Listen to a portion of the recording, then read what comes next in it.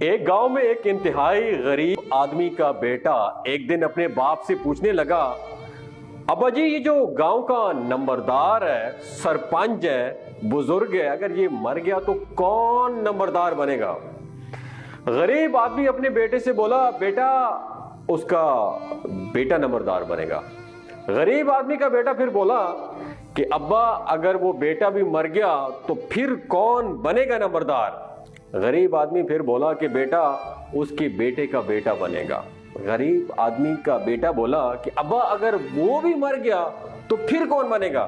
غریب آدمی نے غصے میں آ کر کہا، بیٹا بھلے نمبردار کے سب مر جائیں لیکن ایک غریب کا بیٹا نمبردار نہیں بنے گا، یعنی تم نمبردار کبھی نہیں بنو گے۔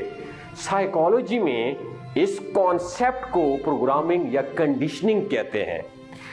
بچپن ہی سے ہم سب کیا کر سکتے ہیں، ہم کتنے قابل ہیں، ہم کیا بن سکتے ہیں کیا نہیں، یہ سب ہماری ذہنی حدود کا تعین کر دیا جاتا ہے، اور 95% چانسز ہوتے ہیں کہ ہم اپنے بارے میں ماں باپ، سوسائٹی اور دوسروں کے دیے گئے ویوز کو ہی حقیقت سمجھ کر ساری زندگی جیتے چلے جائیں۔ دوسروں کے کہے گئے یہ الفاظ ہمارا اپنے بارے میں سیلف کانسیپٹ بن جاتا ہے، اور پھر ہم جتنا کر سکیں زندگی میں اور جتنا نہ ہو سکے ہم اس کا جواز بھی اسی سوشل کانسیپٹ کو سیلف کانسیپٹ بنا دیتے ہیں۔ تم نے بس اتنا کیوں پڑھا، لاجکس بنا کر، یار کیوں تم تو جانتے ہو کہ ہم غریب تھے اور ہمارے ماں باپ کے پاس پیسے نہیں تھے، اور یہ سب لمیٹنگ بیلیوز ایسے ہزاروں ہمارے اپنی پیداوار ہوتے ہیں۔ سب سے بڑی غلامی ذہنی غلامی ہوتی ہے۔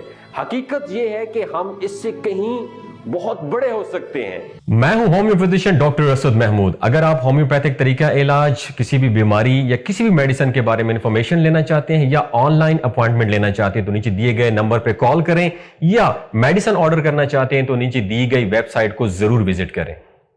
ایک گاؤں میں ایک انتہائی غریب آدمی کا بیٹا ایک دن اپنے باپ سے پوچھنے لگا، ابا جی یہ جو گاؤں کا نمبردار ہے، سرپنچ ہے، بزرگ ہے، اگر یہ مر گیا تو کون نمبردار بنے گا؟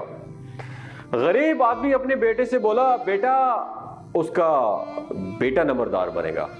غریب آدمی کا بیٹا پھر بولا کہ ابا اگر وہ بیٹا بھی مر گیا تو پھر کون بنے گا نمبردار؟ غریب آدمی پھر بولا کہ بیٹا اس کے بیٹے کا بیٹا بنے گا۔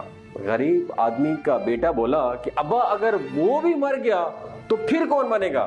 غریب آدمی نے غصے میں آ کر کہا، بیٹا بھلے نمبردار کے سب مر جائیں لیکن ایک غریب کا بیٹا نمبردار نہیں بنے گا، یعنی تم